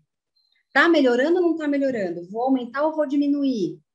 Vou manter o mesmo nível? Vou aumentar a frequência? Vou aumentar a dose? Vou diminuir frequência? Diminuir dose? Tá? Então, tenham esse registro, gente. Aqui, por exemplo, registro fotográfico, é simples. Tem algumas doenças que não dá para você fazer o registro fotográfico, e algumas patologias que você precisa que o proprietário comece a perceber isso. Então, você quer que ele faça em casa também.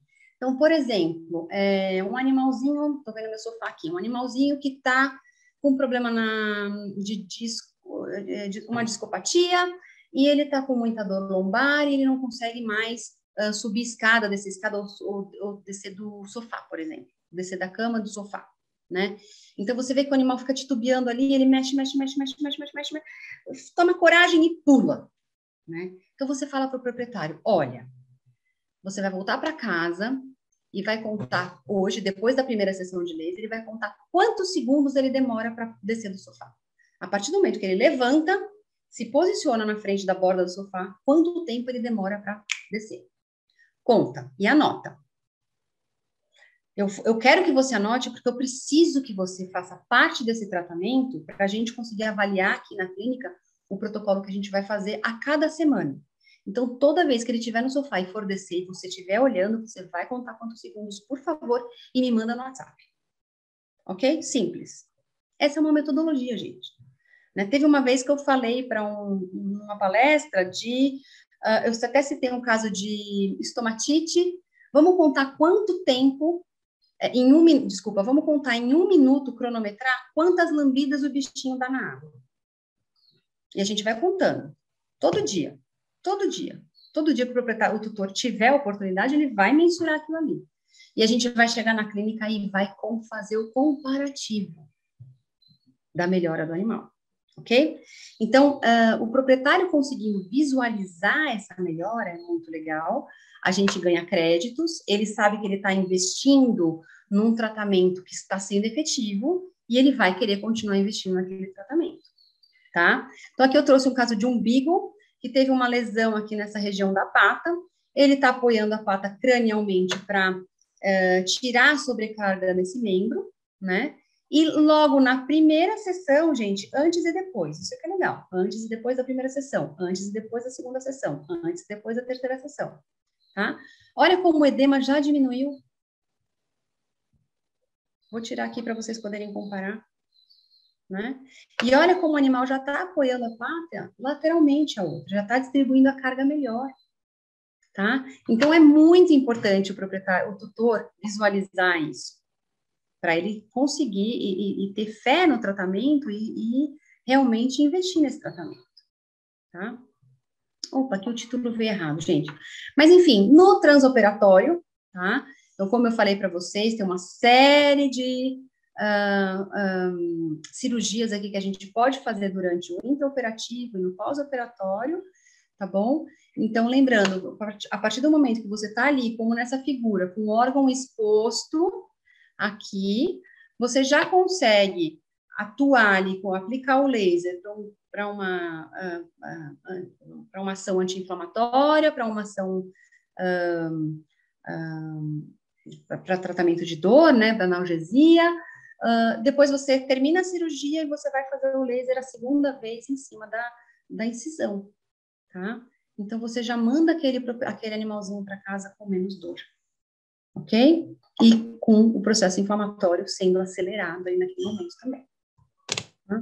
Gente, outra maneira da gente agregar valor aos nossos serviços, vamos lembrar dos pacientes geriátricos, tá?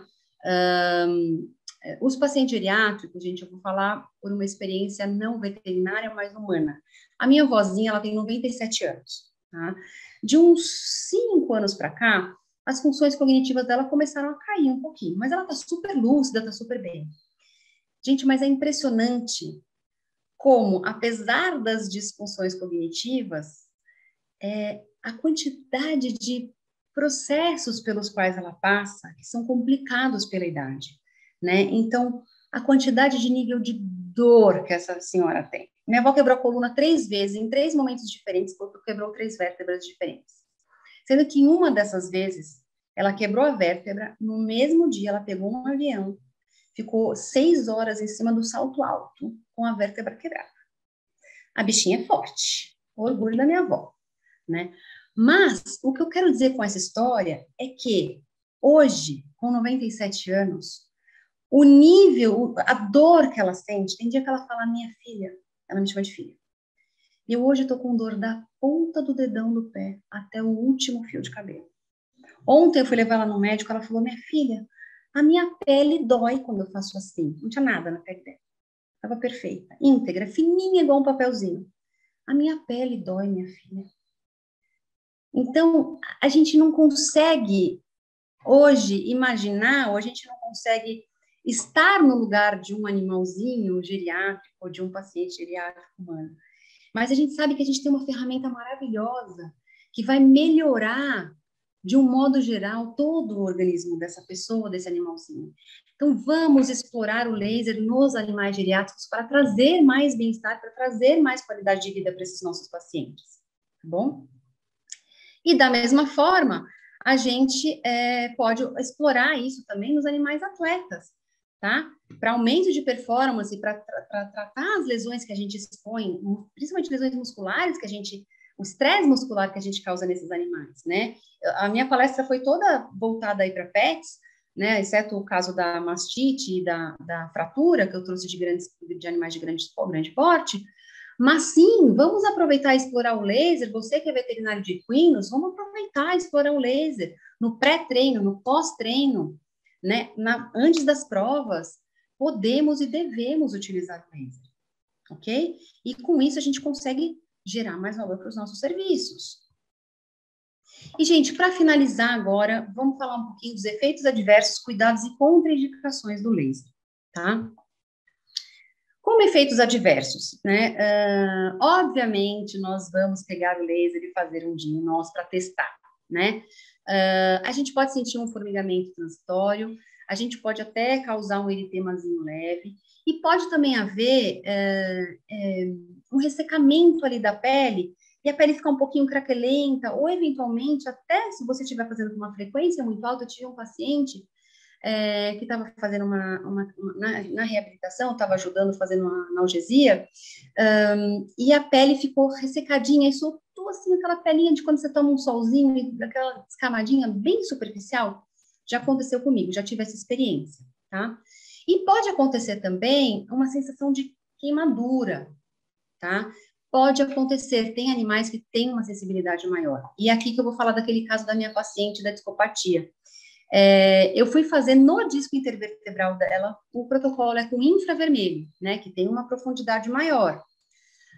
Na hora que eu apliquei a primeira vez, né, eu desensibilizei ela fazendo na região lombar ali, né, na musculatura mesmo, e depois eu fui aplicar no disco. Quando eu fui aplicar no disco, ela reclamou, ela se mexeu, deu um tranquinho. Eu falei, ela tá com uma sensibilidade. Desensibilizei de novo do lado, na hora que eu fui aplicar no segundo ponto do disco, ela sentiu de novo. Aí eu tirei do infra, botei no vermelho, desensibilizei de novo ela no outro lado da musculatura, fiz no terceiro ponto do disco com o vermelho e ela não teve sensibilidade, tá? Então pode acontecer, gente, pode acontecer, ok? É normal, mas aí a gente regula a dose, tira um pouquinho, o aparelho não faz em contato, faz sem contato. Tem algumas técnicas que provavelmente vocês vão ver com os professores aí ao longo da semana, tá? Cuidados que a gente deve tomar.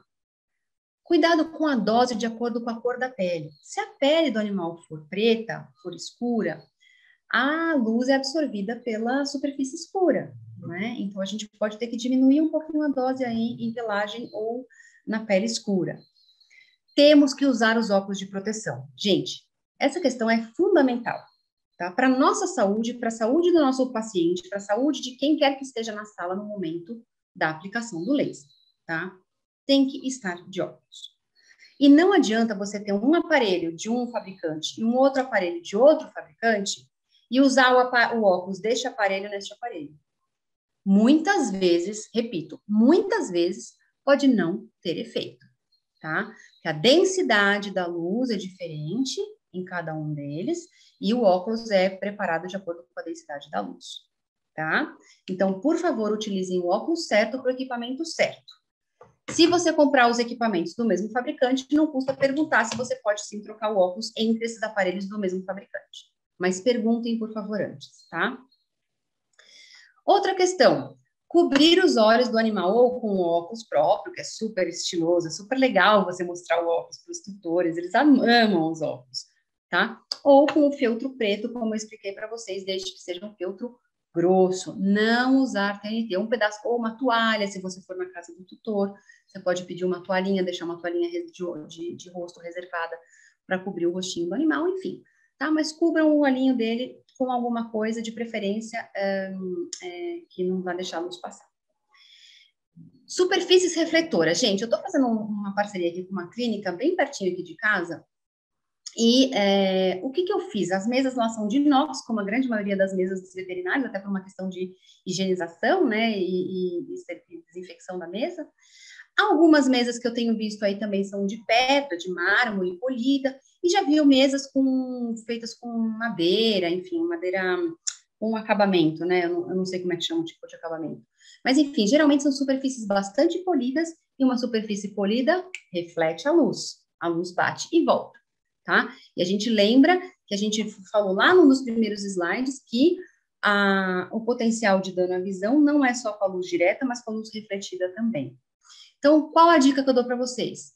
Usem ou um feltro preto, ou uma toalha, ou se vocês forem realmente começar a usar o laser, como eu estou sugerindo aqui, na frequência que vocês usem para vários animais, né, para vários pacientes, o que eu fiz para essa clínica foi, eu mandei fazer um emborrachado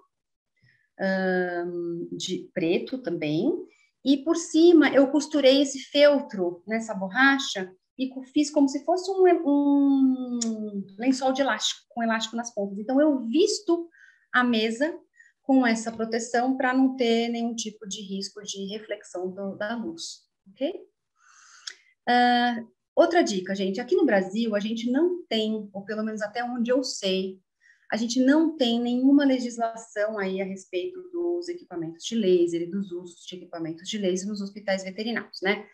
Mês passado, não, já faz um mês e meio, mais ou menos, mês retrasado, eu tive em contato com o conselho daqui de São Paulo, o CRMVSP, para fazer uma série de perguntas e ninguém soube me responder nada, né? Ou seja, não tem uma legislação específica. Mas lá fora tem, e uma dos cursos que eu fiz foi só sobre cuidados com o laser, né? E eles recomendam que a gente tenha aquela luzinha da radiografia, né? Da sala de radiografia, que quando você vai acionar o aparelho de raio-x, acende a luzinha e ninguém pode entrar ali naquele momento, né? Se você for utilizar o laser numa clínica ou dentro de casa, na casa do tutor, por favor, avise as pessoas que estão ali, olha, agora não vamos deixar ninguém entrar aqui, porque a gente vai começar a utilizar o aparelho. Ou cria um tag para pendurar na porta, na fechadura da porta da sua clínica, X. Né? A gente pode fazer da maneira como a gente quer, mas protejam as outras pessoas da sua equipe, ou da casa, ou da sua clínica, contra os possíveis malefícios que o laser traz aí à nossa saúde, tá bom?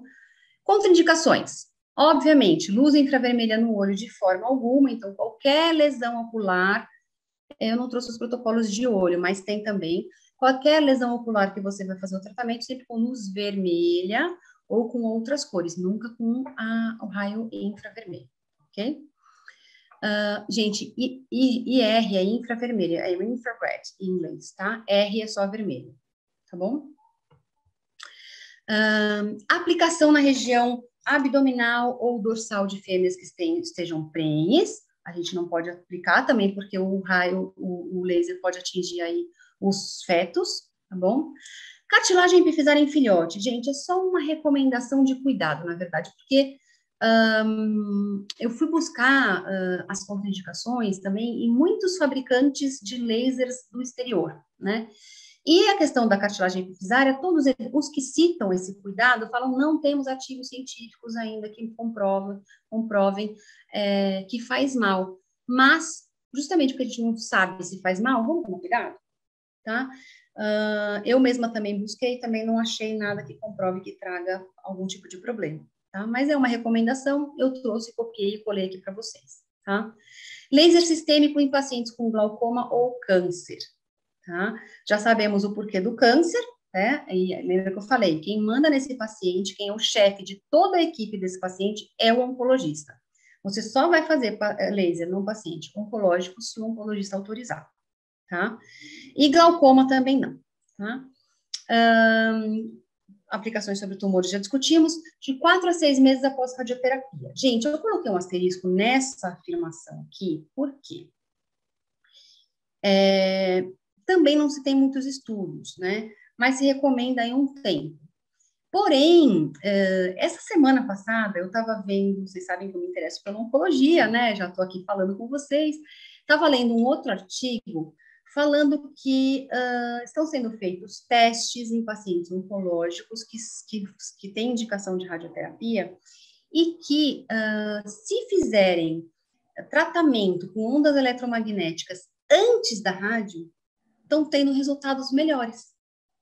Então, pode ser que daqui a algum tempo, né, com a evolução dos estudos, essa afirmação aí seja alterada, né? Então, seja uma recomendação fazer antes da rádio. Mas, por enquanto, não, ok? Por enquanto, não. Vamos tomar cuidado com pacientes de rádio. Em regiões hemorrágicas, obviamente, a gente não vai fazer aplicação, porque o laser causa vasodilatação, né? Aplicação sobre glândulas endócrinas, vou perguntar o porquê, todo mundo já deve saber a resposta. Porque o laser estimula a atividade metabólica daquela célula. Se a função primária da célula é produzir hormônio, e você está dando laser ali, está deixando aquela célula mais energizada, você vai fazer essa célula produzir mais hormônio. E aí você pode ter uma desregulação hormonal nesse animal, tá? Então, vamos evitar as glândulas endócrinas. E, obviamente, pacientes fazendo uso de drogas fotossensibilizadoras, né? Muito se ouve falar naquela droga que é utilizada para fazer tratamento de pele em humanos, né? Mas drogas veterinárias a gente pouco ouve falar. Um exemplo aqui é a griselfulvina, tá bom? Gente, muito conteúdo, foi muito denso, mas eu espero que ao longo dessa semana vocês consigam, com esses conhecimentos trazidos aqui, absorver mais um pouquinho do que os outros professores vão falar, porque o básico vocês já tiveram aqui, tá? Eu agradeço muito a presença de vocês, agradeço muito, obviamente, ao pessoal da DMC e a todas as outras empresas envolvidas aqui na elaboração, né, dessa palestra, na execução dessa semana, no planejamento e na execução dessa semana da veterinária, porque, de fato, esse assunto a gente tem tanto para explorar ainda, tanto para explorar. Então, eu realmente gostaria que vocês tivessem muito sucesso aí como veterinários que dominam essa tecnologia e essas práticas para trazer mais bem-estar aí para os nossos animaizinhos e para valorizar a nossa profissão também, que precisa ser valorizada. Eu deixo meus contatos aqui com vocês para quaisquer dúvidas e quaisquer interações que vocês queiram ter aí comigo, tá bom? Inclusive na solicitação de material bibliográfico, enfim, estou à disposição. Muito obrigada e um abraço, até a próxima.